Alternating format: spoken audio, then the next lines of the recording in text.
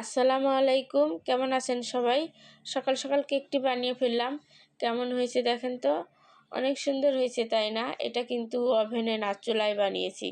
তারপরেও ভীষণ ভীষণ সুন্দর হয়েছে, সফট হয়েছে, স্পঞ্জি হয়েছে, অনেক বেশি সুন্দর হয়েছে, তুলার মতো নরম হয়েছে। হাজব্যান্ড ও মেয়েদের আবদার ছিল সকালের নাস্তায় কেক খাবে। আমার হাতের কেক ওদের ভীষণ ভীষণ প্রিয়, ভীষণ ফেভারিট। আর ওদের আবদার তো আমাকে রাখতেই হবে, ওদেরকে ভালো রাখার, খুশি রাখার দায়িত্ব তো আমারই। তাই বানিয়ে ফেললাম সকাল সকাল, ঝটপটভাবে বানিয়েছি, তাই ভিডিওটাও করতে পারিনি। কিন্তু এতটা যে সুন্দর হবে, এত ঝটপটভাবে বানানোর পরও ভাবতেই পারিনি।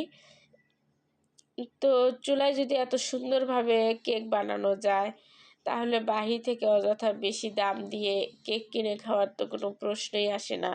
আর বাহিরের কেক তো অস্বাস্থ্যসম্মত, আর বাসায় যদি এইভাবে স্বাস্থ্যসম্মত কেক বানিয়ে খাওয়া যায়, তাহলে তো অনেক ভালো।